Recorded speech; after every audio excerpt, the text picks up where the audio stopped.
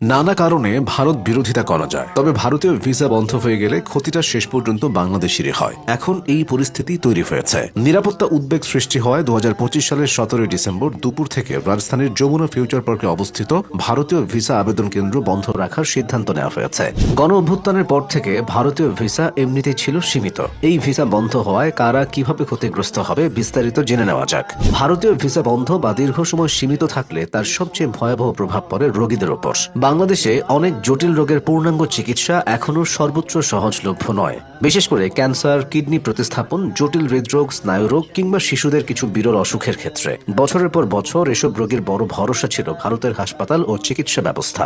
Visa বন্ধ থাকলে operation পিছিয়ে যায়, ফলো আপ থেমে যায়, নিয়মিত চিকিৎসা ব্যাহত হয়। অনেক রোগী এমন অবস্থায় পড়েন যেখানে চিকিৎসা না পেয়ে জীবন সরাসরি ঝুঁকির মুখে পড়ে। রোগীদের পর বড় প্রভাবটা পড়ে পর্যটকদের উপর। বহু বছর ধরে স্বল্প খরচে ভ্রমণের জন্য ভারত ছিল বাংলাদেশের মানুষের সবচেয়ে সহজ গন্তব্য। পারিবারিক ট্যুর, বন্ধু বান্ধব নিয়ে ঘোরা, হানিমুন, চিকিৎসার ফাঁকে বেড়ানো কিংবা শপিং ট্যুর। গণ অভ্যুত্থানের পর ভিসা সীমিত হওয়ায় এই ভ্রমণগুলো হঠাৎ করেই থেমে যায়।